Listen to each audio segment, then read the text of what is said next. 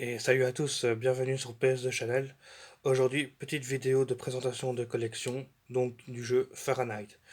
Donc voilà la version PAL FR de Fahrenheit. Fahrenheit, c'est un jeu de chez Quantic Dream, hein. Donc c'est un jeu, on va dire, narratif qui est comme le précurseur de Heavy Rain et de Beyond Two Souls, hein. C'est un jeu qui est assez, allez, on va dire, pour certaines personnes un peu nanardesque.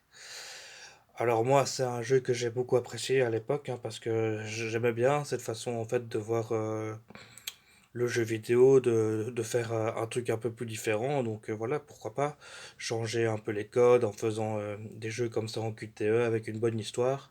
Bon, le problème de Fahrenheit, hein, c'est que c'est un jeu qui a tellement voulu faire des références à toutes sortes de films que finalement le jeu il démarre très bien, mais à la fin, enfin, même un peu après quelques heures, le jeu part complètement en couille et il se prend les pieds.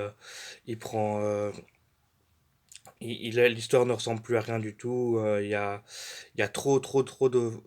Le vouloir faire tout le temps des références comme ça au cinéma, bah, le jeu a pris dessus, hein. Le jeu ne ressemble plus à rien à la fin. C'est ça qui est un peu dommage.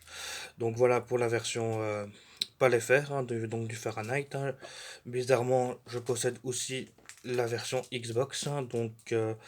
Pas de grande différence entre les deux versions, hein. Ne serait-ce que la version Xbox est peut-être un poil plus joli, mais ce n'est pas non plus transcendant, hein, pour le coup, hein. Ces deux jeux qui sont en pâle, contentés à du 50 Hz.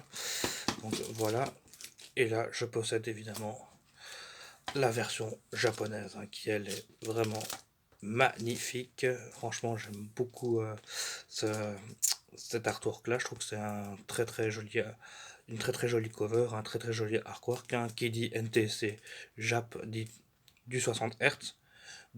Voilà, c'est la plus belle version de Fahrenheit, hein. Elle est même plus jolie que la version Xbox, hein, même dans le jeu, hein, vu qu'on est du 60 Hz, hein. C'est beaucoup plus rapide. Voilà, hein, Fahrenheit, hein, ouais.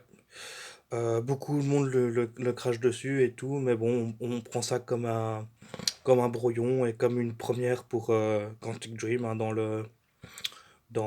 leur envie de faire un mix entre le jeu vidéo et le cinéma. Mais bon, comme j'ai dit plus tôt, le fait de vouloir faire trop de références à tous les films, eh ben, le jeu ne ressemble plus à rien. Mais pourtant, au début du jeu, ça commence très bien. On commence dans les toilettes, là où il y a la scène de meurtre. On fait un meurtre et après, on joue en fait la police qui doit élucider le meurtre. Voilà. Bon, moi, je vous conseille de le faire une fois. C'est quand même un jeu à découvrir, hein, rien que pour votre culture vidéoludique, pardon.